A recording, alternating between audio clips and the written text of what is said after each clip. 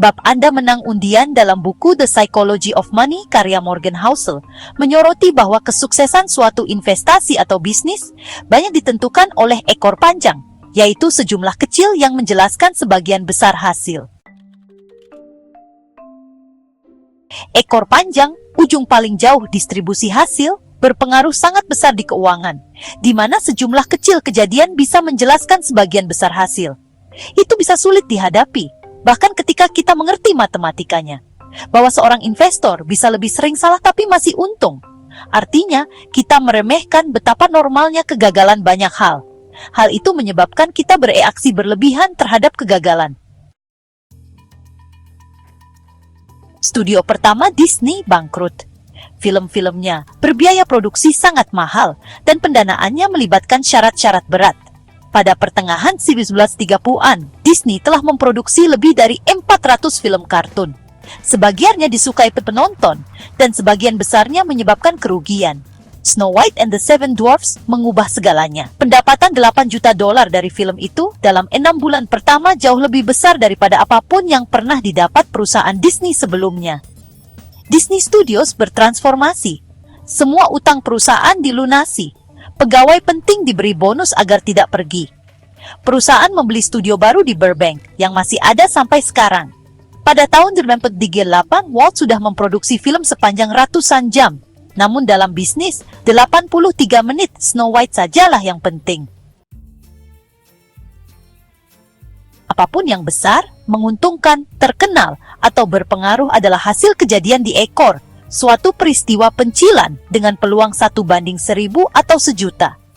Biasanya sebagian besar perhatian kita terarah ke hal-hal besar, menguntungkan, terkenal, atau berpengaruh.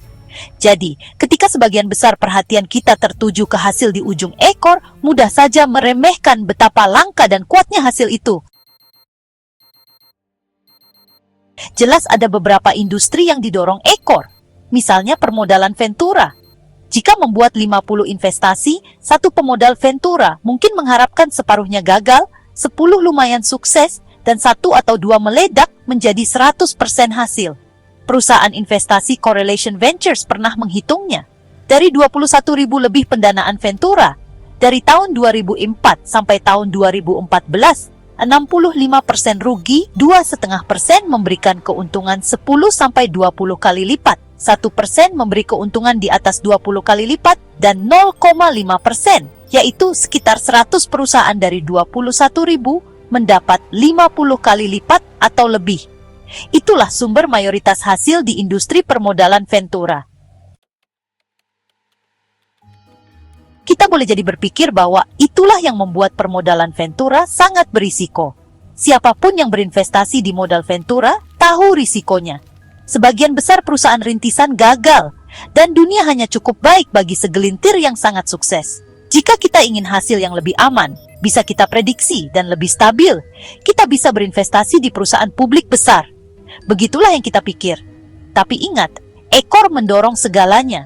Distribusi keberhasilan di antara saham publik besar seiring waktu tidak beda jauh dengan modal Ventura.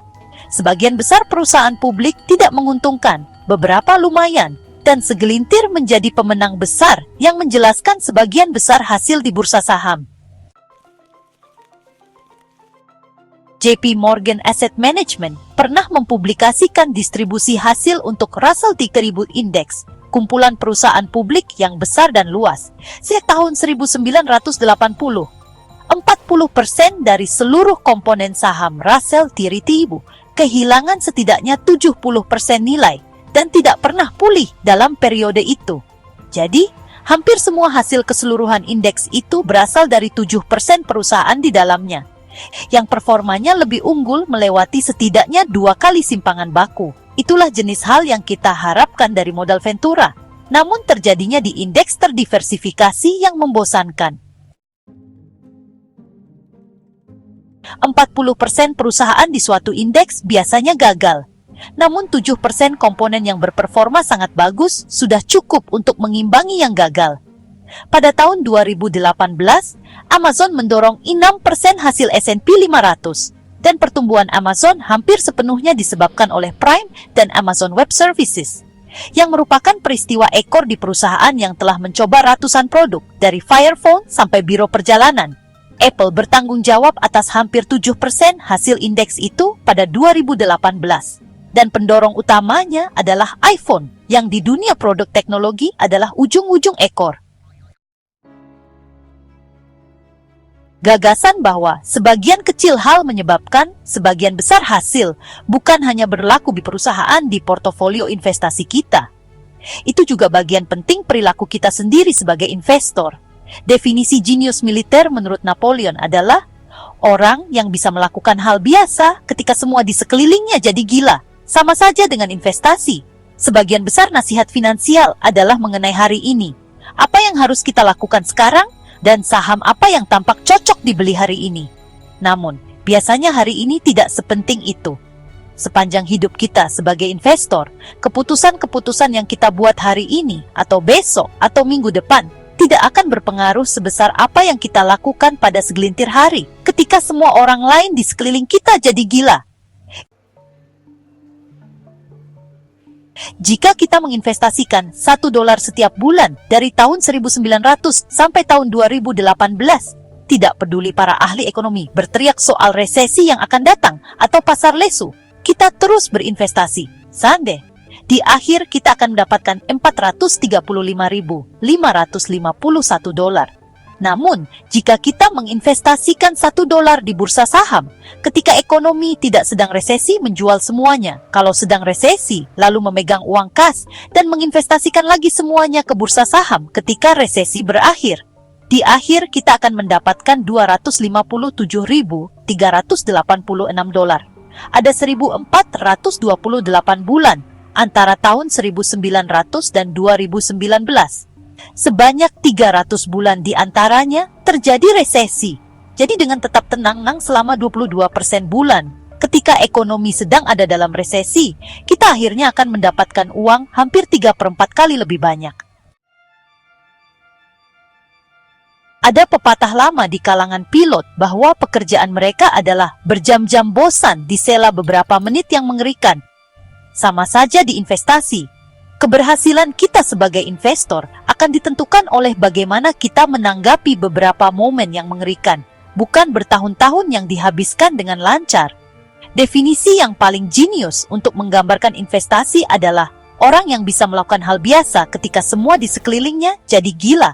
Ekor Noaik. Bila kita menerima bahwa ekor mendorong segalanya di bisnis, investasi, dan keuangan, kita akan menyadari bahwa kalau banyak hal keliru, patah, gagal, dan jatuh, itu normal. Jika kita memilih saham dengan baik, kita akan benar paling-paling separuh di antara semuanya. Jika kita pemimpin bisnis yang baik, barangkali separuh produk dan gagasan strategi kita yang ampuh. Jika kita investor yang baik, sebagian besar tahun akan baik-baik saja, dan banyak yang akan buruk.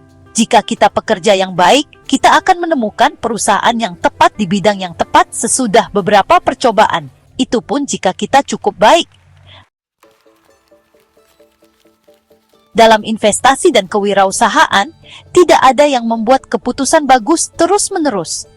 Orang-orang yang paling mengesankan punya banyak gagasan buruk yang sering dilaksanakan. Ambil contoh Amazon.